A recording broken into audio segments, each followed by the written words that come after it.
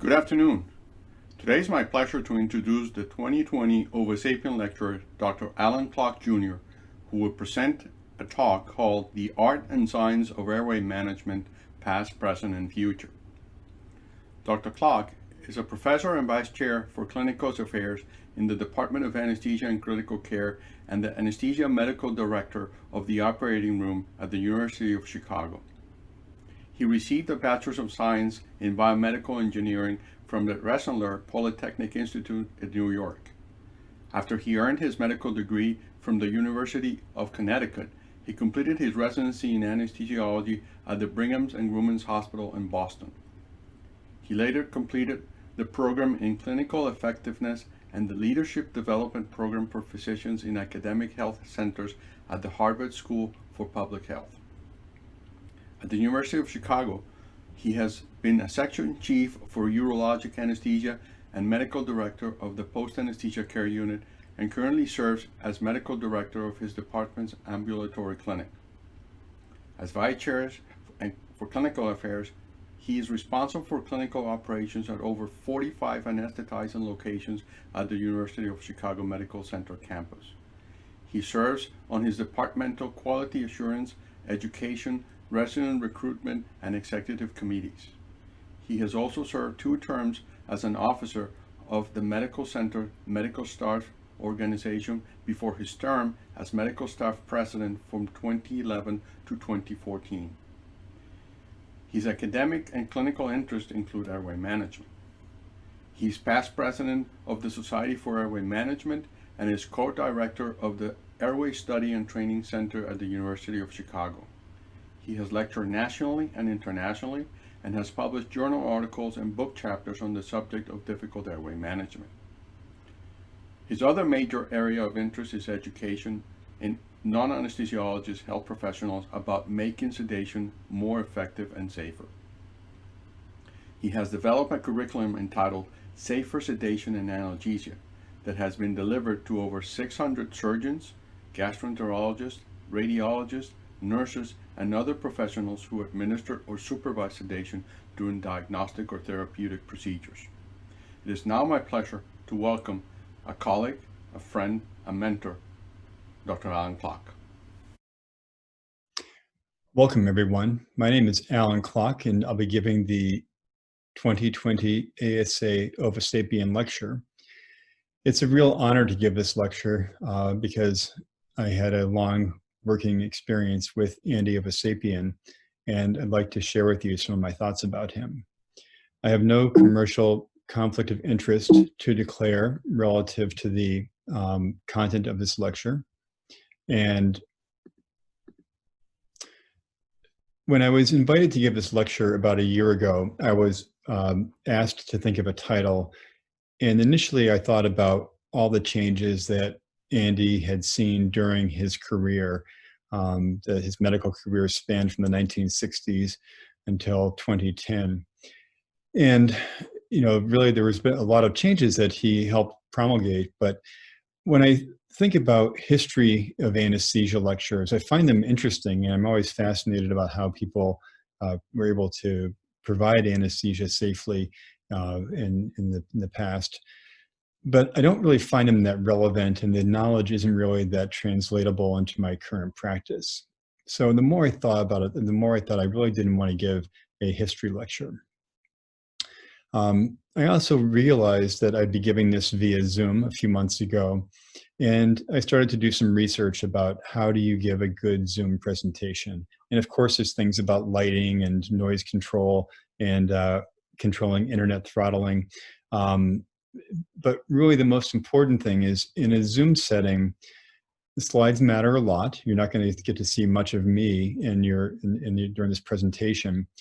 And your attention is likely going to be divided. In a lecture hall, the only thing competing for your attention is your iPhone or maybe the person sitting next to you.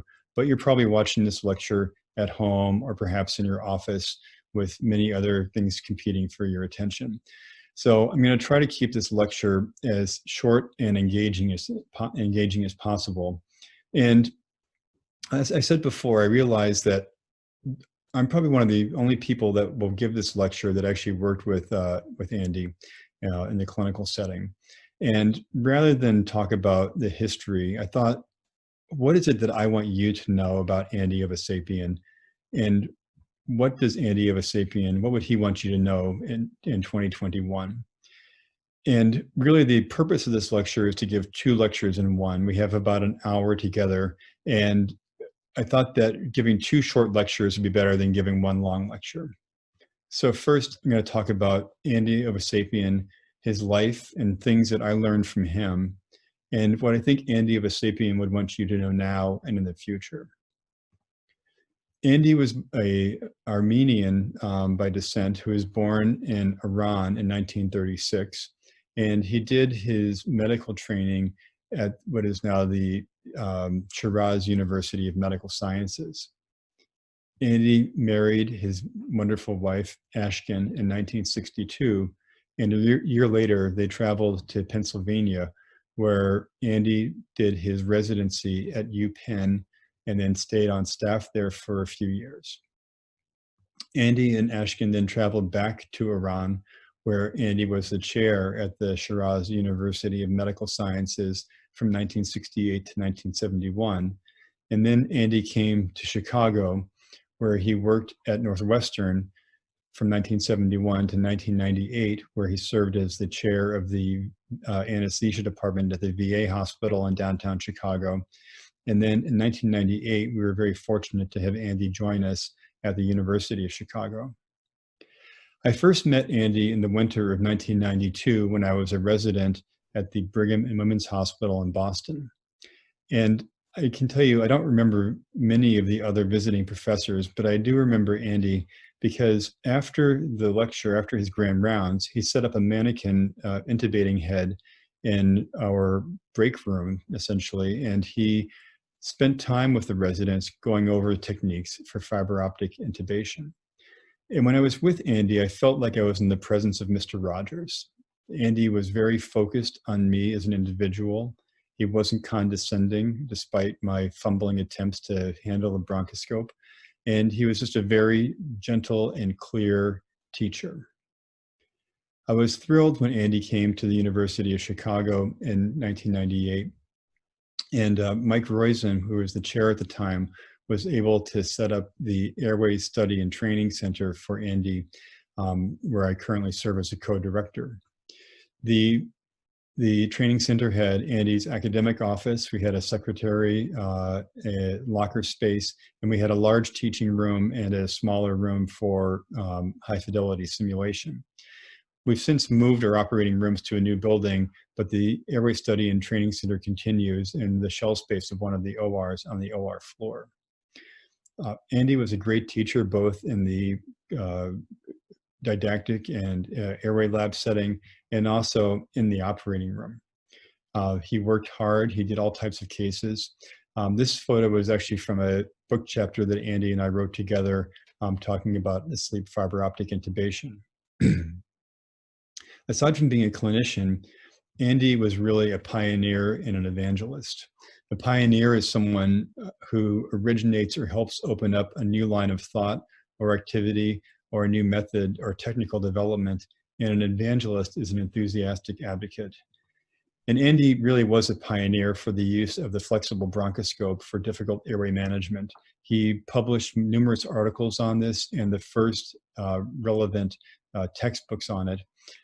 And he vigorously advocated for the use of the flexible bronchoscope in difficult airway management. We had a running joke in our department that Andy was one of the founding members of the Holy Church of the Fiber Optic. But in all seriousness, Andy was actually a very religious person. This is a picture from his church's website where Andy was a deacon at the Armenian Orthodox Church. And he actually was very instrumental in getting the church up and running. Even though Andy was a ardent advocate for the fiber optic, he was enthusiastic about all advances in airway management and really was willing to give every type of technology a fair shake. Andy became good friends with Archie Brain, the developer of the laryngeal mask airway. This is a picture when Andy and I took Archie to the ASA headquarters in the Wood Library and Museum when it was located in Park Ridge. And with us is Patrick Sim, who is the Wood Library Museum librarian and curator. Jack Pacey visited us and when he was developing the Glide Scope, and was his relationship with Andy was also very strong.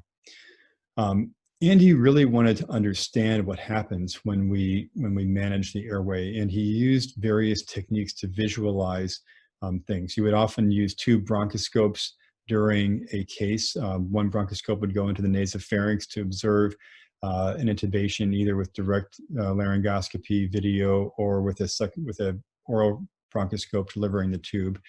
He also was a big advocate of the LMA track, which was a device that used a fiber optic bundle to visualize what's happening at the as the tube is deployed through the intubating LMA and into the larynx. Andy knew that we had to study our failures to improve our practice. And one of the things that he did is he had a IRB enrollment at Northwestern and at University of Chicago to examine patients who had unanticipated difficult intubation. And here you can see he would do the exam either in the operating room or in the recovery room, as you see here. And the day that he was actually examining this patient, there were visiting scholars from overseas and some vendor reps here who were very interested in watching him as he did his assessment. Andy and I co-authored this paper about the unexpected difficult airway and lingual tonsil hyperplasia. And essentially what we found is that many of the patients that had an unexpected difficult airway actually had significant lingual tonsil hyperplasia that led to difficult intubation and sometimes difficult mask ventilation as well. I had many chances to work with Andy, and I learned a lot from him. One time we went to the emergency room together to take care of a patient who was having angioedema from an ACE inhibitor. The patient was sitting upright with her tongue sticking out of her mouth, struggling to breathe. And the quarters in the emergency department bay were very, very small, very tight. And I wound up, we wound up providing topical anesthesia through the patient's nose. I set up the video monitor so it was kind of by the patient's feet, and I wound up having to do the intubation looking over my shoulder.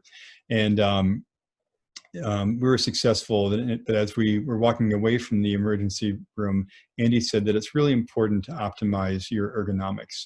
And you can see in this picture, this is staged for the book chapter we're writing, so the monitor is down here. But Andy was always a stickler for setting things up as functionally as possible. Put the monitor by the patient's shoulder or hip, and make sure that your body mechanics are good to make things as easy as possible. Take your time, make it easy, get it done right the first time. Andy was also a great role model for how to interact with patients. He had a very calm, reassuring patient manner with patients. Obviously, he took care of a lot of patients with very difficult airways. Many of them were very anxious about their airway management. This young woman is actually a nurse who had a large mass growing out of the back of her tongue. And Andy took the time to calmly explain what was going to happen, and really had a very masterful bedside manner. Around 2001, I was considering taking the job of vice chair for clinical affairs in my department, and Andy, asked me to think about it, and said it's important to have a mission statement, and that to ensure that your actions are consistent with your mission. And he said that being a vice chair for clinical affairs is a lot like being a housekeeper, that you're going to be cleaning up messes, taking care of competing demands, putting out fires, and that it's an important job, but it's very hard to have an academic career at the same time. And he was right. Being vice chair has really changed my scholarly activity, but I feel like it's really important and consistent with my mission of having a department that provides excellent patient care, improves patient safety, provides excellent education, and advances the science of our specialty. Andy published articles and books that advance our specialty. In addition to the numerous books he published, Andy was also on the ASA task force that developed the guidelines for difficult airway management, including the original version in 1993 and the first revision in 2003. As you probably know, these are among the most downloaded and cited publications in the anesthesia literature, and they really have an outsized influence on the way that anesthesiology and airway management is practiced around the world, especially with the very early guidelines. One of the things that Andy understood is what I call the force multiplier effect of training people to set up workshops and then train other people that can go out and teach and be trainers. So for example, Andy traveled to dozens of countries and helps people there set up airway workshops that can be given year after year. This led to the delivery of hundreds of workshops, which then trained thousands or tens of thousands of clinicians. And then each clinician probably takes care of several thousand patients. So Andy indirectly had an influence on the care for millions of patients. And this effect really can't be overstated. He was very vigorous about airway management training and the utility of workshops for that. This is a picture of Anki Hamakers on the upper left. Anki spent time with us in the airway lab, and she was in charge of the airway workshops that every anesthesiologist in the Netherlands needed to complete every 2 years. On the lower right are Daniel Perrin and Mauricio Malito, who live in Sao Paulo, Brazil. And they've put together an excellent airway course that they give a annual course every year at their headquarters hospital. And they also take their workshop on the road and give several workshops every year around Brazil and have trained hundreds of anesthesiologists there.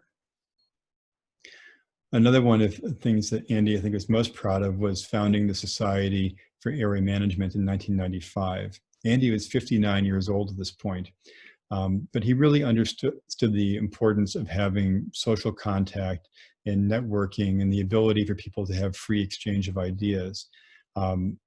He really poured his heart and soul into the Society for Airway Management, and it continues to be the largest international multi-specialty society devoted to airway management. As a clinician, Andy led by example. He came in very early, he left late, he took call, he worked hard, he had the hardest cases. And it wasn't until late in his career that we finally convinced him not to take overnight call anymore, because we felt like he would have more utility for the department training people during the daytime than working with a small number of residents at night. And it was a real gift. Whenever we were faced with difficult airway cases, we didn't have to wonder what Andy Ovasapien would do. We could actually just pick up the phone and call him in his office or page him. And more likely than not, he'd come down the hallway, assess the patient with you, talk about the plan. And if you needed a hand, he was always there to really help out and provide some guidance in the operating room. Andy died in the spring of 2010 in Helsinki, Finland. He was attending the European Society of Anesthesiologists meeting, and he had a major stroke. It was really a devastating loss for the department and for our specialty, but I consider myself very fortunate to have had Andy as a friend, mentor, and colleague. So now that you have a better sense of who Andy was, I was thinking about, if Andy were here, what would he want you to know at the end of 2020 going into 2021? And knowing Andy, he loved to talk about airways and he loved to teach. So you probably actually could talk for about 12 hours nonstop about a number of topics, but our time is limited. As I said before, Zoom format, I've got to maintain your attention. So I'm going to try to talk about 5 important topics in our remaining time. First, we're going to talk about improving oxygen delivery during airway management. When most people look at the ASA difficult airway algorithm, we focus on the lower boxes here, and this is where you are after you've induced general anesthesia but determined that you're unable to intubate the patient. But I think it's important to look at these upper boxes here as well. In particular, where it says actively pursue opportunities to deliver supplemental oxygen throughout the process of difficult airway management. This can be done several ways using conventional nasal cannula, a pediatric oral ray tube, nasal CPAP, and high flow humidified nasal cannula. These are what these devices look like, and we'll talk about them in some more detail. You may hear some acronyms like NO-DSAT, which is nasal oxygen during efforts securing a tube, or THRIVE, which is transnasal heated humidified rapid insufflation ventilatory exchange. We're all familiar with this graph of desaturation or oxygen saturation versus time for patients that are properly pre-oxygenated. And a healthy, thin individual can usually go for 7 to 8 minutes before they start to desaturate. But as we know, patients with serious comorbidities or obesity or other factors of reduced FRC will cause them to desaturate much more quickly. It would be great if we could actually make this curve extend out well into the future, and we've actually got some technology that can help us with that. One of the things that's important to recognize during apnea is that there's actually a net flow of gas into the alveoli. For most of our lives, when we're breathing in and out, there's an equal exchange of gas volume going in with each breath and going out with each breath. The number of molecules of oxygen going in and CO2 molecules coming out are exactly the same. However, when we become apneic, CO2 is produced intracellularly and then buffered in the circulation, so that actually much less CO2 is transmitted into the alveoli than oxygen is going into the alveoli. So there's a net mass effect of about 200 to 230 cc's per minute of oxygen or gas going into the lungs. This works really well when patients are apneic if the hypopharynx has a high oxygen concentration. We, for nomenclature purposes, will consider low flow oxygen to be less than 5 liters per minute of nasal cannula oxygen or less, except for one study where they used gum elastic bougie and insufflated 8 liters a minute into the trachea. 6 of these studies show that low flow nasal cannula oxygen delivery can be helpful during oxygenation.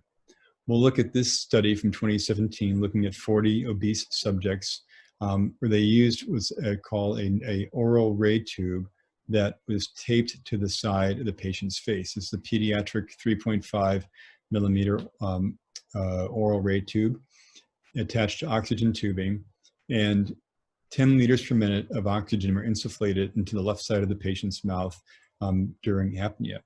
Maneuvers were introduced to make sure that the airway was patent, and you can see that many of these subjects went on for 12 minutes without having any significant decrease in oxygenation.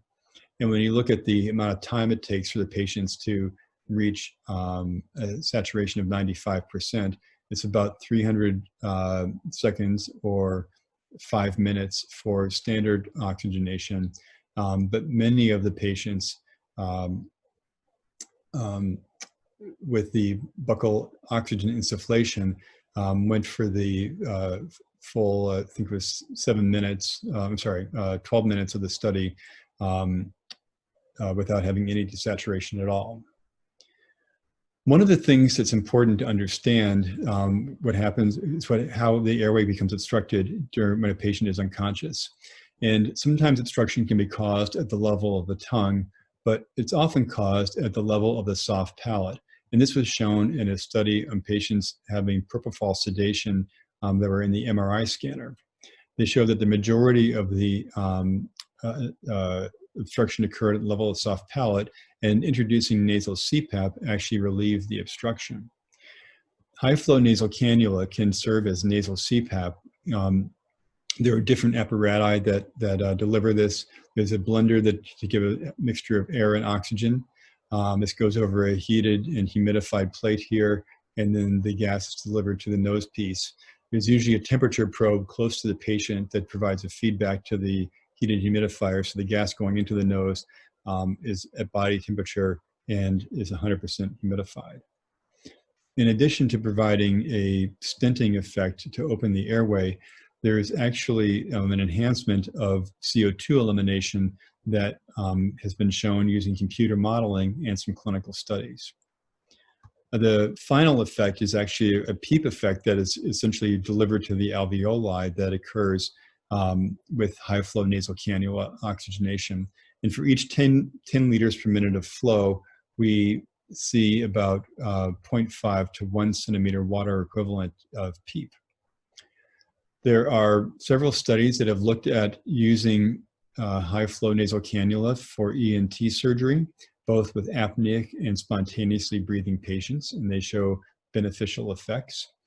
This study from Gustafsson and British Journal of Anesthesia has really great illustration of the benefit of this. They took 31 ASA 1 and 2 patients having short ENT procedures that were completely apneic, and they had high flow nasal cannula delivered at 40 to 70 liters per minute.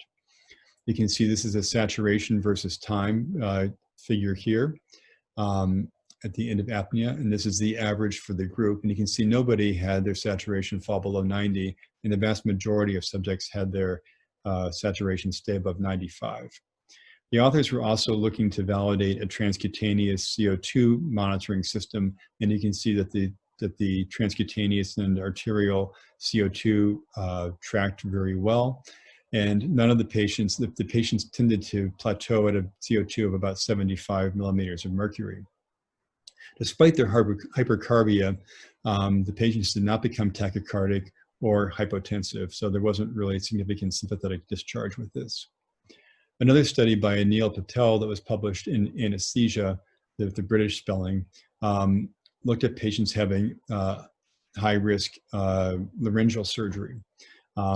These patients had high-flow nasal cannula to provide pre-oxygenation, with the patient delivered 40 degrees head up for 10 minutes, and then had a standard anesthetic induction and used the high-flow nasal cannula to provide oxygenation and ventilation during apnea. And you can see here that some patients did desaturate relatively quickly, but the majority of patients maintained saturation above 96% for up to 70 minutes, and that there was a linear increase with in CO2 versus time. This is a very nice figure from that paper that shows the rate of rise of CO2. This is millimeters of mercury CO2 per minute in patients that are totally obstructed. It's about 3 millimeters per mercury, as well as patients that have classic apneic oxygenation. In this study by Dr. Patel, that they showed that the rate of rise is about 1 millimeter of mercury per minute. So in addition to providing oxygenation, it actually really does enhance CO2 elimination. So all of these studies show that high flow nasal cannula allows prolonged apnea with enhanced elimination of CO2. And Neil Patel is called Thrive, an anesthesia time machine, meaning it buys you time, especially with difficult airway management. What about high-risk situations? This is a very difficult area to study, but there have been studies using high-flow nasal cannula for patients having emergency intubations and emergency surgery. They show prolonged apnea time with high-flow nasal cannula or decreased rates of desaturation. This study randomized patients to have pre-oxygenation with high-flow nasal cannula or standard mask oxygenation. And the way that the statistics were reported, I think, were a little bit misleading, because they said that there's no difference in the lowest, median or interquartile range of the lowest saturation. But as someone I know from the Copenhagen Business School says, much of what matters is not measured or cannot be measured, and much of what is measured doesn't matter. And I really don't care about what the median or interquartile range of oxygen saturation is. What I really care about is my patient going to desaturate significantly? And when they asked the question, what proportion of patients had their oxygen go below 90%. About 6% of the high flow nasal cannula patients had their oxygen go below 90%, as compared to about 18% of the patients that had conventional pre-oxygenation. And when you look at the odds ratio for desaturation, you can see that the odds ratio for desaturation was about 0.2 for those patients who received high flow nasal cannula versus standard mask oxygenation. The studies that looked at emergency intubation, there is some benefit to high flow nasal cannula, but as I said, this is a very difficult area to study. David Wong did an excellent review of this that was published in the Canadian Journal of Anesthesia, and another review paper is listed here from VJA Education in 2017 if you want more information on this topic. So it looks like high flow nasal cannula is a great tool, but all tools have their problems. I learned this from my grandfather, who was in charge of training 30,000 civilian mechanics for the Air Force during World War II. And he saw tools get misused in all different ways. That he saw people using chisels to try open paint cans, which is a very brittle metal in chisels, or people get injuries from not wearing proper protection when using milling machines. And he said to me, "You never really understand the tool until you know how it is misused or how it can hurt you." And like anything else, there can be problems with high flow nasal cannula. It's really important that the airway is patent, that if you give high flow gas into the patient's nasopharynx and their airway is obstructed, you can get gastric distension. And so you have to do everything you can to make sure the airway is patent. And obviously you have to guard against an airway enriched fire. One of the things that Andy was very mindful about is the role of intubation. And when you look at the 1993 difficult airway guidelines, they really focus on tracheal intubation as the ultimate goal. And that sentiment is reflected in this editorial from the British Journal of Anesthesia that says, when it comes to general anesthesia with tracheal intubation, the most challenging aspect for the anesthesiologist is the insertion of a tracheal tube, and that no other gesture is this important. Failure to succeed can ultimately lead to a life or death situation. And when we look at the ASA difficult airway algorithm, these boxes represent what happens after you've induced general anesthesia and you're unable to intubate the patient. The lower left box is called the non-emergency pathway, where you can ventilate the patient but not intubate. And the lower right box is called the emergency pathway, where you cannot ventilate and cannot intubate. There are two ways to get into this lower right box, which is where you really don't want to be. One way is that you push your drugs and immediately you determine you cannot ventilate and cannot intubate the patient. But very commonly, patients start off in this box where they're able to be ventilated with a face mask, and then the face mask ventilation becomes difficult. The NAP4 study, or Fourth National Audit Project of the UK, collected data for about 2.9 million anesthetics, and they reviewed the adverse outcomes. And one of the findings that they had was that problems arose when difficult intubation was managed by multiple repeat attempts at intubation. That people get stuck here and they try one more time, the different person comes in and tries, and after a while you get multiple attempts at intubation. And they concluded that the airway problems regularly deteriorated to a can't intubate situation. And I think it's time for us to reconsider the ultimate goal of our airway management being endotracheal intubation. It's much more important that we maintain oxygenation than it is that we put a tube in the trachea. So for this part, I think Andy would want us to know that it's important to actively pursue opportunities to deliver supplemental oxygen throughout the process of difficult airway management, and to employ the technologies of conventional nasal cannula, high flow nasal cannula, nasal CPAP, and buccal oxygenation. These are all very helpful, and particularly the high flow nasal cannula can help eliminate CO2 for prolonged apnea. Most importantly, Andy would want you to remember that multiple intubation attempts often lead to airway trauma, making mask ventilation impossible. and that if you've failed 2 or 3 intubation attempts, Andy can tell you to consider waking the patient up or proceeding with a supraglottic airway face mask or getting a surgical airway. As I mentioned before, even though Andy was very a great supporter of flexible bronchoscopy, he was very interested in the development of alternative technologies for airway management. In particular, Andy was an advocate for video laryngoscopy. This is a picture of Jack Pacey. And Jack Pacey was a surgeon working near Vancouver. And he was noticing anesthesiologists struggling with intubation. And he thought to himself, what they really need is a lighted retractor with a camera on it. And he went on to devise the first really commercially successful video laryngoscope. Jack knew that when pilots use instrument landing system, that there's a radio beacon that tells the pilot whether they're too high or too low relative to their approach angle, and that's called the glide slope.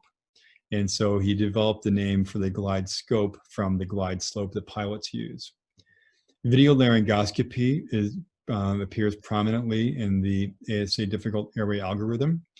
And in the 2013 publication, a version of the guidelines, a meta-analysis was done that showed that video laryngoscopes improve your glottic view, and you have a higher overall success rate and a higher first attempt success rate compared to direct laryngoscopy. John Sackles, who's an emergency physician, compared video versus direct laryngoscopy for a wide range of patients, ranging from those that were predicted to be very easy to intubate to those that were predicted to be much more difficult. And you can see for all ranges of difficulty that video laryngoscopy is superior to direct laryngoscopy. It's important to recognize, though, that there is no difference between video and direct laryngoscopy for the time to intubate. The amount of airway trauma, lip and gum trauma, dental trauma, and sore throat. I'm sure that you're aware that the literature is replete with some pretty significant injuries that have occurred using video laryngoscopy. Many of these were to the palatoglossal arch, the soft palate, the posterior pharynx. Many of these types of injuries have been reported. We've had similar injuries in our institution. And I think one of the things that's important to recognize is that with direct laryngoscopy, we're creating a straight line from our eyeball down to the patient's larynx. We're using a device to modify the patient's anatomy to create this straight line of sight here. And if you can establish that straight line, getting the tube through the cords is usually relatively easy. With hyperangulated or highly curved video laryngoscope blades, we're not establishing that straight line anymore. The camera lets us see around the corner, which is great. We often get a great view of the cords, but now getting delivering the tube around that corner can be very challenging, and we're going to spend quite a bit of time talking about this during this lecture. The other thing you have to be aware of, it's called the blind spot, that there's a certain part of the patient's anatomy where you can't see it with your eyeball and it's not in view of the camera yet. And this is an area that's often very prone to being injured by the endotracheal tube as it goes in. There are 5 major pointers for giving for success with video laryngoscopy. You have to shape your stylet to match the curve of your blade if you're using a hyperangulated blade. It's important to watch the patient, not the monitor, when inserting devices. We'll talk about what I call the thumb first technique for patients with a small mouth. And if you have trouble passing the tube, I'd ask you to consider withdrawing the blade, lifting less and dropping the angle, and also using reverse camber or corkscrew maneuver. So the first thing I teach people when they're doing video laryngoscopy is to look in the mouth. So I say mouth monitor. And what that means is that you look in the mouth as you insert the video laryngoscope blade, you look in the monitor to establish your view, and then you look back in the mouth as you insert the endotracheal tube, and then you look at the monitor as you intubate the trachea.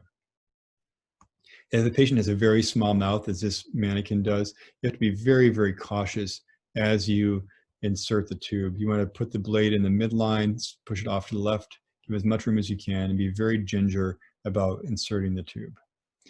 If the patient's got a very small mouth, a trick that Jack Pacey taught me is what I call the thumb first technique. And in this technique, what you do is you put your thumb deeply into the patient's mouth and gently guide the tube next to your thumb, and then insert the blade. And then under visualization, you intubate the trachea.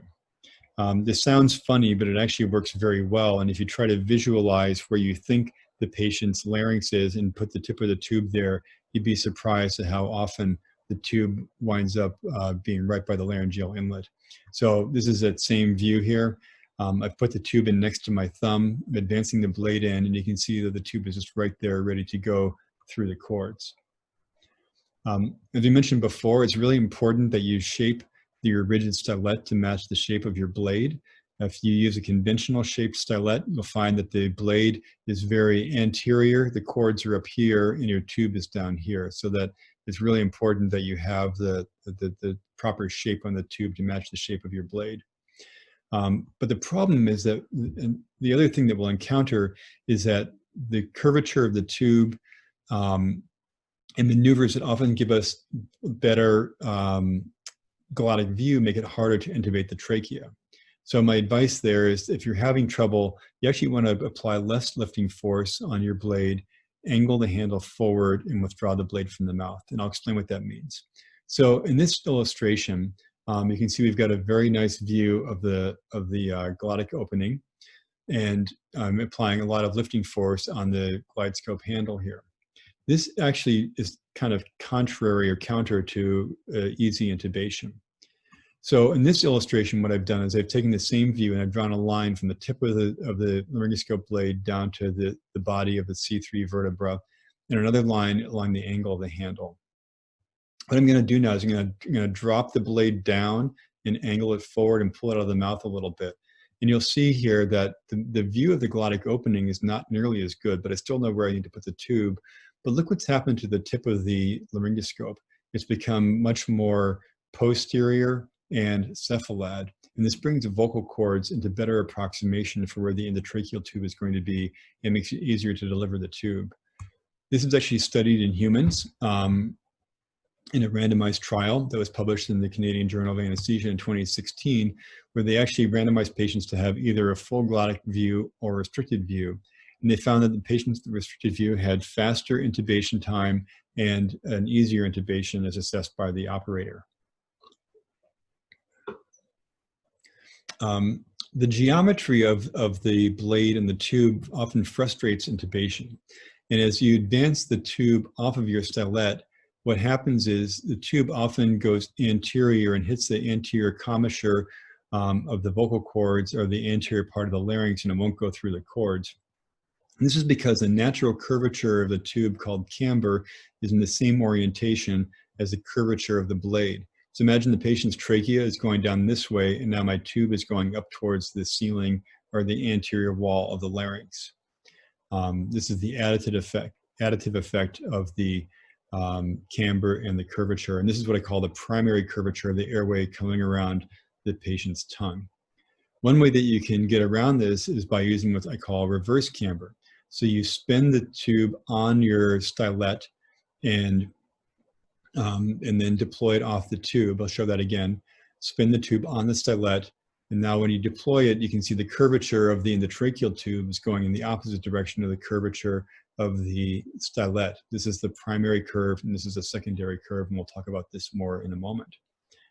If you forget to put the tube to load it with reverse camber, and you find that the tube is getting hung up on the vocal cords, you might need to use what's called the corkscrew maneuver. So this is actually a bronchoscope. It's placed in the nasopharynx, looking down at the larynx. And this is the resident's first time intubating using a glide scope. You can see that the tube is impacting the anterior wall of the larynx. And now what I'm doing is I'm spinning the tube. I'm actually at the 15 millimeter adapter, spinning the tube on the rigid stylet. and the tube will spin around very quickly and then go through into the airway. It happens so quickly that I actually repeat it here in slow motion, and you'll see the tube is going to spin around and then go down into the trachea. Sometimes it takes a lot of effort to get it to spin because the tube has some torsional laxity to it, so you have to really spin the top a lot to get the bottom part to finally come around. So the tips for video laryngoscopy success: use a stylet and shape it to match it to the shape of your video laryngoscope blade. Watch the patient, not the monitor, when inserting devices. If you have trouble passing the tube, consider pulling the blade out of the mouth a little bit, using less lifting force, and dropping your angle. And then consider using reverse camber or corkscrew maneuver. So tube hang-up is a common phenomenon that Andy talked about a lot. This is a very vexing problem when you've passed your bronchoscope into the patient's trachea and you can't get the tube to go through the cords. It used to be thought that this happened commonly, that the tube would impact the epiglottis or the right vocal cord, but this study used a technique that Andy was a big advocate of. These patients were 45 patients with difficult airways, all having an awake fiber optic intubation, mostly due to cervical spine disease. And they consented for the study, where one bronchoscope was placed through the patient's nose into the posterior pharynx, and an oral bronchoscope was used for oral tracheal intubation. In these 45 patients, 21, the tube passed easily, but in 24, or 53% of the patients, the tube hung up and wouldn't pass easily into the larynx in the first attempt. And what the authors found is that all 24 of these occurred due to impact on the right arytenoid or the interarytenoid tissue. And this is actually really helpful because earlier publications would say that you should rotate the tube clockwise, counterclockwise, tries different things. But knowing that it interacts with the right arytenoid is very helpful. And we'll see why in a moment. How do we prevent tube hang-up? Well, one way is by using the biggest bronchoscope that you have available. The more that your bronchoscope can fill the space in the tracheal tube, the less likely it is to hang up on the arytenoid. And also to use the smallest, the tracheal tube that you think is appropriate for the case. So if it's a short case and you can get by with a smaller tube, then definitely do that. And finally, you can use tubes that have an unconventional tip, like the fast track tube or the Parker tube. And you can see that for the same size bronchoscope, both the 7.0 tubes, that this tube curves around here, so it hugs the edge of the bronchoscope and will slide through the glottic opening easily. Getting back to our study, the authors used a counterclockwise rotation, only counterclockwise rotation, and they had a 100% success rate passing the tube through the cords. It's important to note that this doesn't work always in the first time, but you need to try it again. Try it. If it doesn't work the first time, keep trying again and again and persisting, because like I said before, the tube has some laxity. So you may pull out, rotate 90 degrees counterclockwise and re-advance, but the tip hasn't fully rotated. So I pull back a little bit further and maybe go 130 degrees counterclockwise and then maybe even 180. I'm trying multiple attempts. You'll see here in this demonstration that the tube is going to impact the right arytenoid. I then demonstrate the wrong thing deliberately. I come out and I rotate clockwise, and you can see that the tube gets hung up in the interarytenoid space. And then I rotate counterclockwise, bringing the bevel anterior, the leading part of the tube anterior, and the tube rides up and in to into the trachea. So to prevent tube hang-up, you want to use a big bronchoscope, a small endotracheal tube, and if you have them, a specialty endotracheal tube. And to treat the tube hang-up, withdraw the tube and rotate counterclockwise, and it may take more than one attempt. So when I talked about how Andy taught me when I was a resident about interacting, the bronchoscope interacting with the anterior commissure of the larynx, we were talking about the primary and secondary airway curves. And what I mean by this is the primary curve is the curve as you come down the airway and you're curving from the oropharynx into the posterior pharynx and the hypopharynx, and you've got a concave upward curvature. And if you continue on this trajectory, what happens is you wind up impacting on the anterior wall of the larynx. To actually get things to pass properly into the airway, we need to employ what's called a secondary curve, which is a concave down curve. And you would actuate this by pushing the lever on your bronchoscope towards the ceiling, pushing it up to get the device to go into the airway. You can see in this video that a bronchoscope, bronchoscope comes into the posterior pharynx, and you usually want to flex anterior so that you get it out of any secretions or blood in the posterior pharynx. But if you continue that trajectory, you go right to the anterior wall of the larynx, and you have to extend the scope in the opposite direction to get it to go into the trachea. Using Andy's favorite technique of the dual bronchoscope visualization, we can see that in this mannequin that the bronchoscope comes in, it interacts with the epiglottis, the anterior commissure, and then I extend it, bring it down into the trachea, and then it passes smoothly into the trachea. The same phenomenon happens, as we mentioned before, with video laryngoscopy, that we have to have our blade match the shape, our stylet match the shape of our blade. But now when I deploy the tube off the stylet, you can see it goes anterior towards the anterior wall of the larynx. They deliver it around, look how it impacts the anterior wall here. If I come out and I use reverse camber, I'm going to spin the tube around so the radio-opaque stripe is now going to be on the concave side or the anterior side of the tube. You'll see that the stylet provides the primary curve, and the camber of the tube, now that's reversed, provides a secondary curve. So now you can see that the tube gets deployed out the airway much more easily.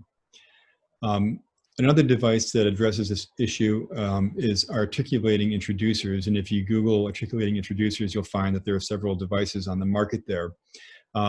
This particular device has a trigger up here. Its natural state is to actually be in the primary curve.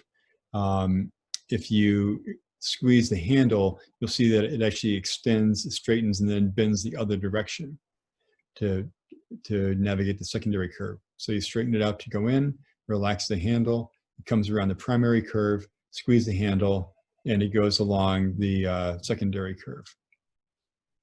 What does this look like from the inside? Again, using the dual bronchoscope technique, you can see that the device comes in, interacts with the anterior wall, introduce the secondary curve, and then it advances easily into the larynx. So tips for endotracheal tube delivery. For bronchoscopic intubations, you have to navigate the primary and secondary curves around the tongue and then into the trachea. I use an articulating introducer for high-risk intubations with a hyperangulated video laryngoscope, and I use a reverse camber technique or corkscrew maneuver to facilitate tube delivery through the vocal cords. The final topic we're going to touch on is whether it's time to reconsider the role of cricoid pressure.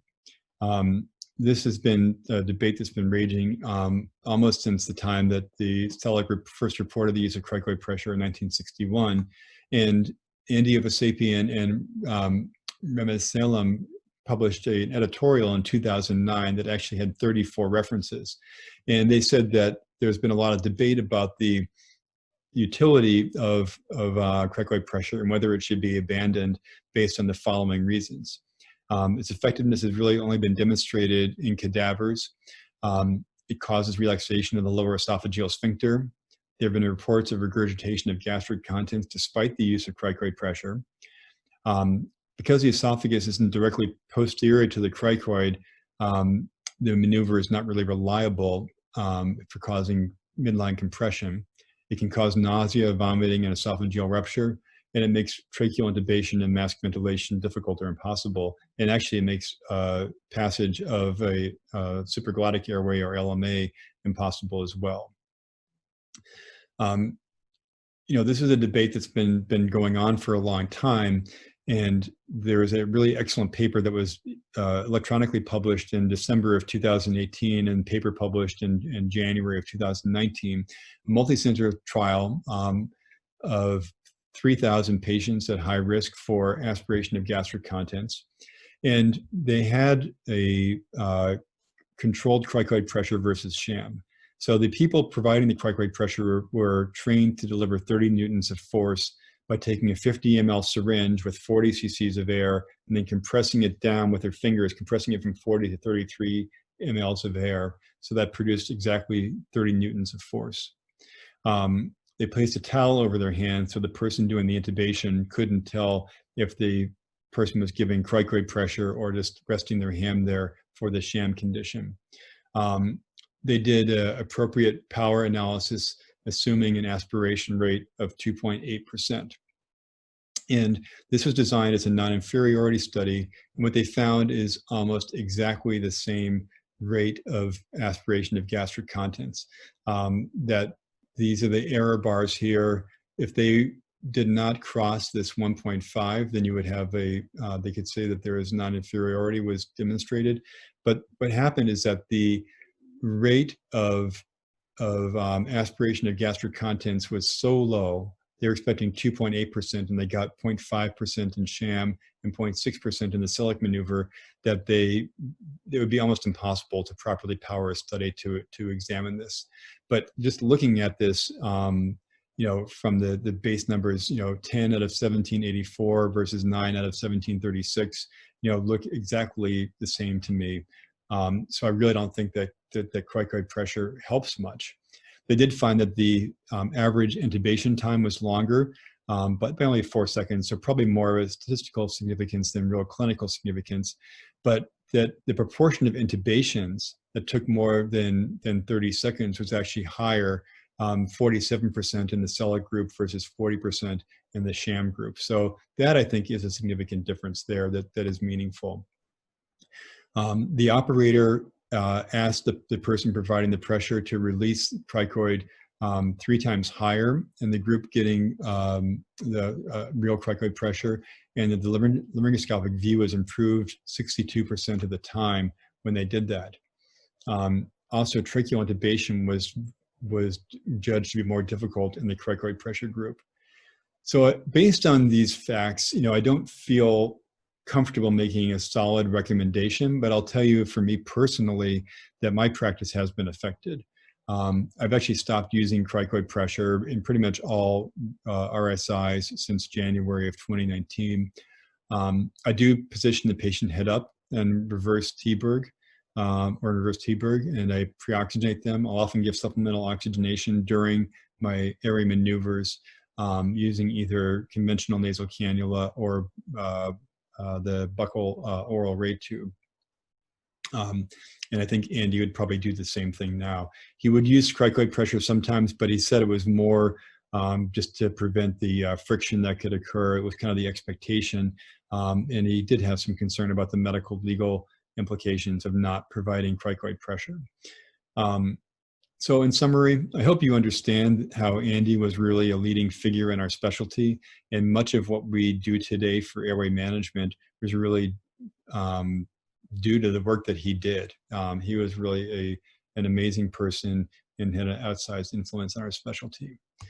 For video laryngoscopy, it's really important to look at the mouth when we're inserting devices and to understand that with conventional direct laryngoscopy, seeing can be hard, but tube delivery is easily. But with hyperangulated blades, it's easy to see, but it can be hard to deliver the tube. You have to have your stylet shaped to match the shape of your blade. Use reverse camber or corkscrew maneuvers to enhance tube delivery. And if the patient has a small mouth, consider the thumb first technique.